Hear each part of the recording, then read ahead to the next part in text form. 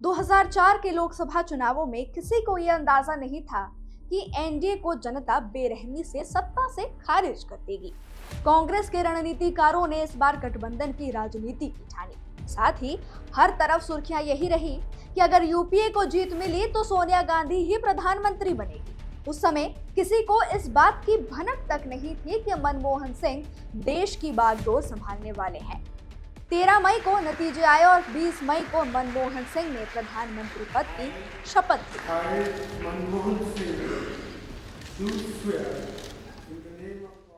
दरअसल 2004 के आम चुनावों में कांग्रेस 145 सीटों के साथ सबसे बड़ी पार्टी बनी थी और अन्य दलों के साथ गठबंधन कर यूपीए की सरकार बनाई थी। इसके बाद सोनिया गांधी के प्रधानमंत्री बनने को लेकर अटकलों का बाजार गर्म हो गया।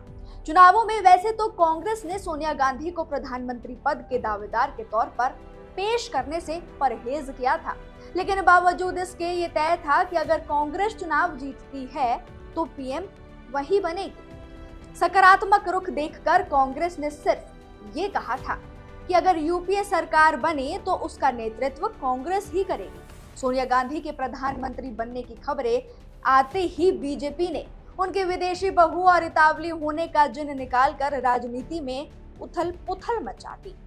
बढ़ते विरोध के बीच उस वक्त देश की राजनीति इतनी रोचक हो गई कि हर नुक्कड़ पर यही चर्चा होने लगी।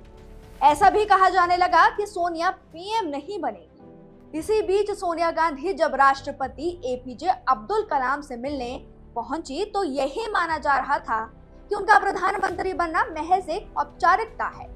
सोनिया के प्रधानमंत्री ना बनने की खबरों को कांग्रेस के दिग्गज नेता अफवाह बोलकर खारिज कर चुके थे।